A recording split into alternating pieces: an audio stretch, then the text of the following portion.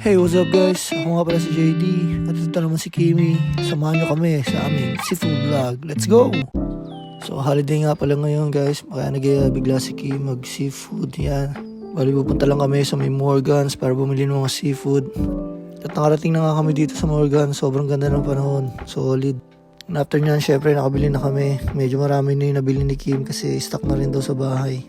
And after that, syempre pumunta kami ng Red Cliff para kumain ng paborito naming fish and chips dito sa Mayabi Road. Ayan, pero before that, naglakad-lakad muna kami. Sinunta muna namin yung The Beatles. Tingin lang sa dagat, sobrang solid ng panahon. Sarap lang di mag-relax pag walang pasok.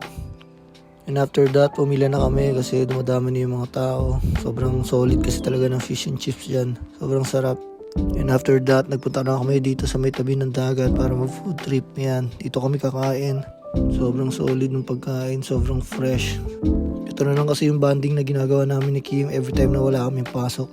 Siyempre, after nito, trabaho na naman, pasok na naman. Kaya masaya kami pa nagkakaroon kami ng chance mag-bonding tulad nito. Tama na nga, baka maiyak pa ako sa sinasabi ko. Kaya chill lang kami, enjoy lang talaga. Habang kumakain nga kami, nakita ko tong ibon at takot si Kim. Pero kahit may ibon, tuloy pa rin sa pagkain yan. Paborito niya talaga yung oyster.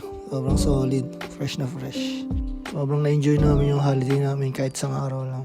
Grabe yung panahon. Sobrang solid. Maraming salamat nga pala sa lahat ng sumusuporta. See you sa next vlog.